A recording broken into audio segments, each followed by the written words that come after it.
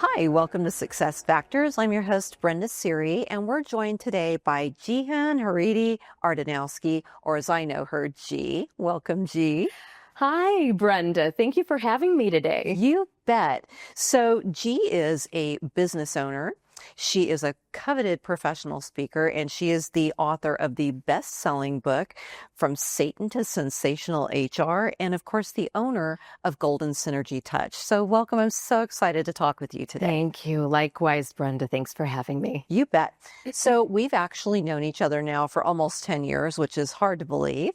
And our careers have sort of transitioned working from, being in corporate HR to each one of us having our own businesses and becoming professional consultants. So I want to start by talking a little bit about your early career in HR and what lessons did you learn from that early HR career that have led you to where you are today? Oh my gosh, the biggest lesson, first and foremost, is having that curious mindset, that open mindset. When I started in HR, my degree was actually in HR training and development because I wanted to be a speaker, trainer, and I thought I would go a certain route. And I ended up actually taking a little bit of a different route with the management side to things. And really early on, I learned that by learning the roles for which I recruited and supported in a corporate setting, which my first role was with Cintas, just that curious mindset, that digging in and really embracing that aspect of training. So always just wanting to lead with empathy, if you will, and digging in the trenches. That's wonderful. So as an HR leader, you're a believer in value-added strategies that can help employers bring value to themselves and to their employees. And I know you're a professional in the Clifton Strengths Assessment. So can you tell our viewers what the top 5 Clifton Strengths are about? Yes, absolutely. So Clifton Strengths, of course, is, if you're not familiar, and it is an incredible assessment. It's a performance-based assessment as opposed to personality-based. So there are many assessments out there. Clifton Strengths is based on 34 talent themes. So there's no right or wrong way to answer a question. And people have the ability to answer a list of about 177 questions. And the sum result of that, you are left with your top 5 strengths, or your talents, if you will, as opposed to being right in one area or wrong in another.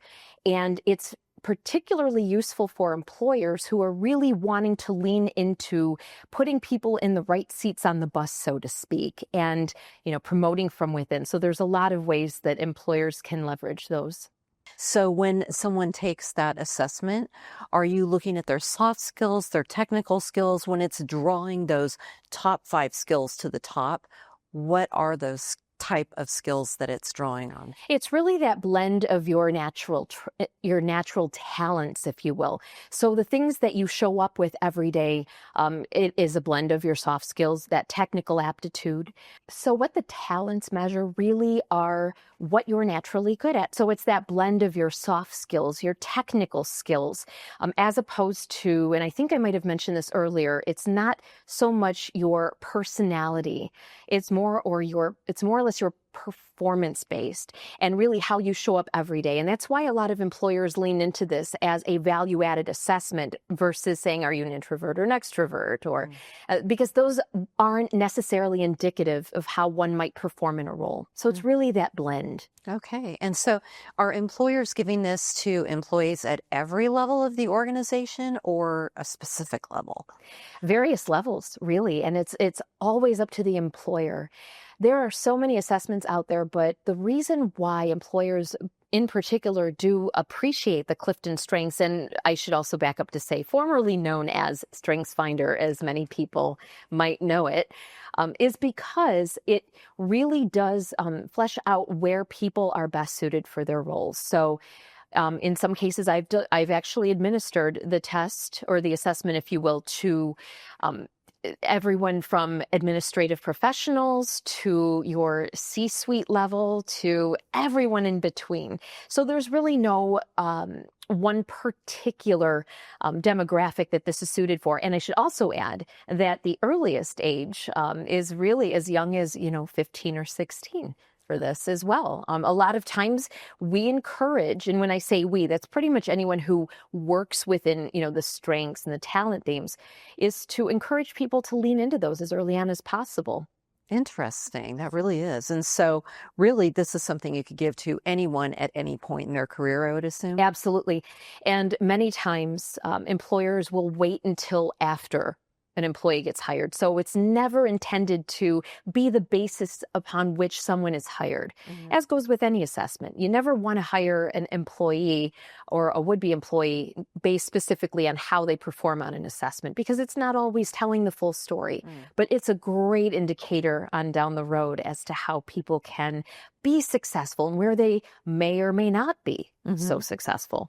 So can you share kind of what the average cost of incorporating this into your company would be for someone who might be watching and interested in incorporating Clifton Strengths? Absolutely. So the assessment itself, at my last understanding through Gallup, it's essentially about $25 or so per person to take. Very reasonable. Very reasonable. And it's also practical also for job seekers to be able to go out, take the assessment themselves. And it's a great way to lean into those in interviews and, in answering those, what are your greatest strengths? Excellent talking points right there. Yes. And beyond that, if employers do want to embrace a larger scale practice with this, it can be anywhere from a few $100s by purchasing some tools from Gallup, or engaging a consultant for a few $1,000s. It really does depend on the size of the organization, and as always, the intention behind it. So the last thing we ever want is for employees to take an assessment and it becomes shelf help. And so anyone watching today could reach out to you on LinkedIn to talk with you about incorporating this into their business, I would assume. Absolutely. And one of the things I want to make clear, and I should have said this up front, but I am not a Gallup affiliate, if you will. So I'm not Gallup certified. I am, however, UMAP certified, and UMAP is an extension of the Clifton Strengths by working with 4 pillars, one of which is the Clifton Strengths, and incorporating skills, values, personality, and blending those. And that's what makes up a UMAP, and I've been UMAP certified for quite a while. But the Clifton Strengths is the foundation of that, and where UMAP really uses most of the time, because we really want people to understand what their natural talents are and how they can let them shine in everything they do. I love that. So I'm going to switch gears out of some of that and talk just about you. So you describe yourself as a quirky, creative HR consultant and transition magician. So I'd like to know, why do you describe yourself that way? It's great, by the way, but... Oh. And what's funny about that is I've actually changed that a few times over the years. Quirky creative is something I've leaned into most recently, because a lot of how I describe myself, and I've always described myself as quirky, but the creative piece, not a lot of HR practitioners see themselves that way. And it goes back to our strengths, right? And where people are best suited and, right seats on the bus. I've never been the one who loves the numbers. I've never been the accounting professional sitting in the weeds and doing budget. The compensation piece, when I'm asked, what are my weaknesses, I'm quick to say, as an HR practitioner, not comp, not benefits. I know great people, but I'm not that person who loves the numbers. Instead, I lean more into the creative aspects of it, the training aspect, and the engagement of, our workforce. And I love that. And I'm an outside the box thinker. So that's why I describe myself that way. And that quirk is really just because of my sense of humor. And I try to bring fun to the workplace. And I love and appreciate that you appreciate that, Brenda, because in the profession, it's tough sometimes to break that stigma. Yes. Which ties into, why I wrote a book on this topic, because unfortunately, despite all of HR attempts, sometimes we still get viewed that way. Right. You're right. And I mean, HR is really the representative of the people. It is also the representative of the company, but that human aspect of human resources oftentimes gets lost in a company. And so, like you, I like the idea of really thinking outside the box and what differently you can bring to being an HR practitioner. So I love that. Thank you. So you are a personal branding champion and offer services in LinkedIn strategy and training. So what type of strategies are you teaching to people that reach out to you and say, hey, love LinkedIn, I need a little help with this? And what value do you think your training is bringing to them? Well, one of the things that I love to do is to get people to want to be visible. If they have this need in them that says, I know I want to put myself out there, but I'm not quite sure how to do it, it really does start with those basics. And that's why I created something called the Glum Gray to Bold Yay pathway, which infuses the Clifton Strengths and UMAP into LinkedIn strategy to really create an entire package. Because, it's one thing to say, okay, go out and create a personal brand, but people hear the words personal brand and immediately, many times they recoil in horror because they think, what does that mean? And oh no, I need to show up X way or Y way. But it's really showing up your way. And so what I try to draw out from people is, okay, I meet them where they're at and let's start from the beginning. Let's determine, what are your favorite colors? What is your personality? Why do you want to show up? Is it because your employer's forcing you to online, or is it because you want to start to build a brand and want to learn more about how that works? That's great. So is what you teach really something that's only good for people who are seeking a new job, or is there more value in LinkedIn than just using it as a job board? Oh, I could talk all day on the topic of LinkedIn as a job board. Oh my goodness. I've been on LinkedIn now for 17 years and I've seen this platform evolve, and it's one of those love-hate type relationships that people always seem to have with it.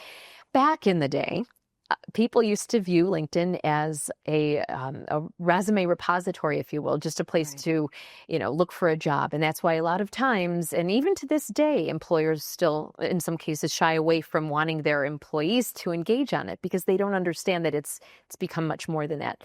So building a brand and building your visibility on LinkedIn goes far beyond the job search, because at the end of the day, nothing's permanent. And I've been going back to this transition magician that you'd asked about earlier, where that came from is because years ago, actually a friend of mine had, essentially coined me as that transition magician. We talked about this ad nauseum for my ability to fluidly navigate my topsy-turvy career journey while helping others with theirs. And that's really what it's about, is encouraging people to be online, build their visibility, express their value, because nothing's guaranteed beyond a job. So yeah, you're right.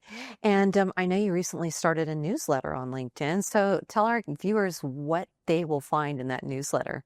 Absolutely. So the newsletter I'm really excited about, because it's one of those things too for people who are afraid to put themselves out there. This one took me a while, and it's called Synergy Sizzle. So a little bit of a twist from my company name, if you will. And it's a blend of personal branding strategy with your with some human resources material infused into it, your how-tos, your whys, how to show up. So I'm still feeling out exactly what that's going to look like ultimately, but so far I've, in fact, today was my second edition. Nice. And I talked about the celebrated, not tolerated mindset. So I did a post years ago on that, and really just encouraging people to understand, especially in the job search, that people really need to lean into the places and spaces where they're celebrated. And goes back to strengths, knowing ourselves, how we show up. Right. Now, I know you touched on this a few minutes ago. You talked about the Glum Gray to Bold Yay pathway, but tell me a little bit more. I'd like our viewers to understand what that really means to you. Absolutely. Thank you. Yes, the Glum Gray to Bold Yay pathway. Humanize, optimize, and energizing your LinkedIn presence for value and visibility to lead to that career victory is really what it's about. And it's a few steps along the way. So not every step is meant for everyone. And there's different levels of what people are going to want to see themselves develop. But it really, going back to that UMAP that I had talked about, which again incorporates Clifton Strengths into the mix. It's a wonderful way to get your feet wet and really know yourself first before you start to build your profile, put up the banner. Work on your headline that should be more than just your job title. And I really appreciate when people want to discover themselves, that they're interested and curious about building themselves that way versus just being told to go out and do without really understanding that why and starting with the end in mind, if you will. Absolutely. Okay, this one's going to take me a minute because I went on LinkedIn and I saw this post that you recently did, and I'm going to have to read it because it's lengthy, but I love this. You said, and I quote, "Here's the thing. I'll build or revise your employee handbook, but it won't create your company culture or matter if you haven't given pay increases in a year." You go on, pay increases in years. And then you go on to say, "I'll execute your employee engagement survey to get a pulse, but it won't have a heartbeat if there's no follow-up communication or action plan. Even worse when said plan dies on the vine and leads to distrust later." You then added, "I'll draft your written counteroffer to an employee who resigns, but it won't matter much if the issues pushing them out aren't addressed." And you ended it with this, and I thought this was great. "I'll send an email to your employees encouraging they engage and like your LinkedIn content, but I can't force them if they're uncomfortable online in the first place." These are all situations that I can totally relate to. In HR, I have worked for companies who gave me that very advice to go out and encourage employees to say nice things about the company on LinkedIn. I have had to help write those, "Wait, don't leave, we're going to give you a better offer." It's just, it's the wrong time to be patting someone on the back and letting them know that they were worth something to you because now they're on their way out the door. So is this what you mean by when you talk about disrupting HR? It's my personality and part of my semi-snark, if you will. And thank you for the appreciation, Brenda. Yeah. What's really funny is, yes, part of that is the disruptive piece, but it's also said many times by so many other HR professionals because everyone feels this frustration. And I can't tell you how many times, even in recent weeks, that I've sat in on various webinars and seen in chat comments. And, the moderator will say something in particular and it'll spark, "Oh my gosh, this happened at this company, that exact same thing here." That's exactly everything that you shared. I've been through it. I've actually been through that with various companies more than once. And really, it's a pseudo love letter, if you will, to the prospective client to say, "I would love to work with you, but let's start with really that foundation of why we need these things." Right. And these are pain points that a lot of HR professionals feel. And the one thing that I do say, because I gave a talk on this last year, again, that whole Satan, in HR piece. But one of the things that I emphasize is that HR professionals do not get into this for the money. Right. They don't. And I've got this big slide out there and it's me saying, "Show me the money." No, that's not why we do it. Right. And going back to really wanting people to understand that there's a right way and a wrong way. Right. So let's work through it together. Now, you just recently touched on the fact that you do a lot of public speaking. I know that you're asked to do speaking all over the United States. And so obviously you're talking about HR, but right now, what are kind of the hot topics that you're discussing when you get up on that stage? Most recently, it has been the disruptive piece. And I love those talks because a lot of times people just need that little extra burst of energy. So for instance, AI, I have a talk that I'm working on right now in the AI space. Also too, personal branding and how to get people to stand out and encourage people to, again, showcase what their shine is, their values, and expressing that. Because a lot of times, HR and employees, they don't know how to do it. But also going back to, is that really what they want to do? So I love inspiring people to think differently. So let's talk about your best-selling book. Congratulations on that. From Satan to Sensational HR. Yes, there you are. So where did the idea for the book come from, and what is the message to the reader? Oh my goodness. Well, the book is for HR professionals and leaders and really anyone who wants to learn a little bit more about how to play nicely with HR, if you will, because the title, I really wanted it to grab attention, and it was based on a Disrupt HR talk I gave a year ago in Tucson. And I took that talk and I had 5 main points from that talk, but I blew it up into a book and I wrote it in just a few short months. And one of the things that I really want for people to understand is that it's getting back to basics. Basically, it's being that, helloable, that curious, again, as I shared earlier on, having that curious mindset, engaging with your employees and being collaborative. Again, it's one of those things where these are things that people miss the mark on when they look at HR. And sometimes there are some HR professionals who are not on the right seats on the bus. And I even share that in my talk that I gave a year ago. And I love just kind of pushing the envelope a little bit, not too much, because there are some people out there who do get really bold and brazen with certain topics. But in this case, it's just something that I wanted to expand upon and share.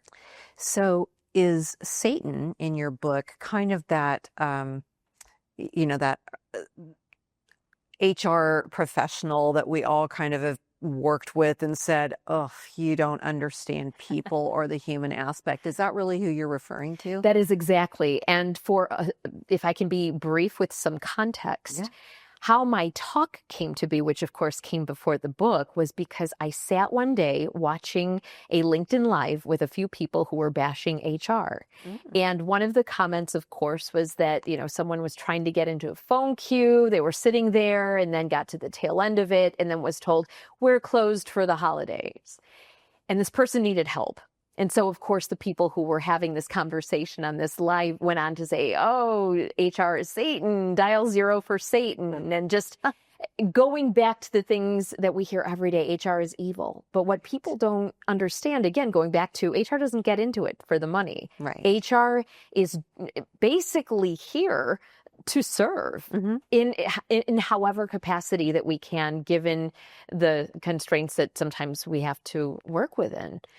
Right. And really, I think that some of the misconception by employees is often that HR should be there for them, and HR does have a responsibility to the company, right? So that stigma of HR as Satan can often be, it could be the team, the HR team, but it also could be a lack of understanding from an employee standpoint, the responsibility that HR has to the company. Would you agree with that? 100%. And unfortunately, a lot of people come to any new job or new employer already with an idea of HR in their heads. And of course, it's in the movies, it's in the media, HR this, that, HR is evil, HR Satan. And again, I that was my attempt to add some humor to it and try to make light of it, because HR does good. But what people don't understand, to your point, is largely that we are that middleman. We're the person that is expected to do everything, but also limited within those capabilities too, because we want to be loyal to the employee. We want to help so badly and we empathize. Yes. But we're also being pulled in the other direction. So it's a really challenging balancing act sometimes. It is. You're right. And then some really exciting news. Congratulations on this. You have another book coming out, and it is called Work Your Quirk and Live Your Worth. I love it. I love it. Gee, it's perfect. So tell our viewers, what are they going to be able to expect on learning how to work their quirk? Oh my goodness. This is a book. So to back up for 1 second, this book, years in my head, years in the making, to be truthful. My book number 1 was a very impromptu, and I'm very, very blessed for that. I mean, who doesn't love HR, Satan, all of it. But this is something really tailored more toward transitioning professionals, people who have been to the rodeo multiple times. And I'm just sharing some lessons and takeaways in terms of how you stand out, how to really advocate for yourself, and understanding, of course, that we're not meant for everyone. And, I was very fortunate to have worked with you years ago, and you saw something in me. Other employers saw something in me and thought, hey, you know what? She can add value here. but not every employer sees that in everyone. And so this is a reminder to those who are struggling, thinking, why is it me? Is it just me? And wanting for people to understand there's a way to spin it and reframe it to come out on top, if you will. I love that. So, gee, I mean, my goodness, you've got so much going on. I mean, two books now. So you're an author, you're a coach, you're providing wonderful services to your clients that include, those strength testing, your work on LinkedIn, and of course, your work as a consultant, working with a lot of companies throughout the DFW area, providing your HR services. If someone's watching this episode today and they say, I need to meet G, how do they reach out to you? Well, there's a few ways, actually. You can email me, but you can also find me on LinkedIn. All over LinkedIn. Yes. It's so funny. LinkedIn is my primary social media piece. I'm building out YouTube, which more to come on that. So if you follow me on LinkedIn, that'll be an opportunity there too. I am on TikTok and very minimally on Twitter or X, if you will, but LinkedIn is the place to be. It is the #1 professional networking site in the world, whether you are job searching, whether you want to build a brand, whether you want to reconnect with people that you worked with 20 years ago or your friends from school. Right. It's the best platform to be on to do that. So yes, please reach out to me on LinkedIn via email, and would love to connect and offer my services. Absolutely. That's fantastic. Well, G, it's really an honor to know you, to have worked with you, to be your friend, and to have you on the show today. I wish you so much continued success with Golden Synergy Touch, with the books, with everything that you're doing. So thank you for taking time out of your schedule to be here with me today. Thank you, Brenda. Truly, the pleasure is mine. Cannot thank you enough. Thank you. Absolutely. See, mutual admiration club, right? All right. Well, that is it for us today. Thank you for joining us on Success Factors, and we'll see you next time. Bye.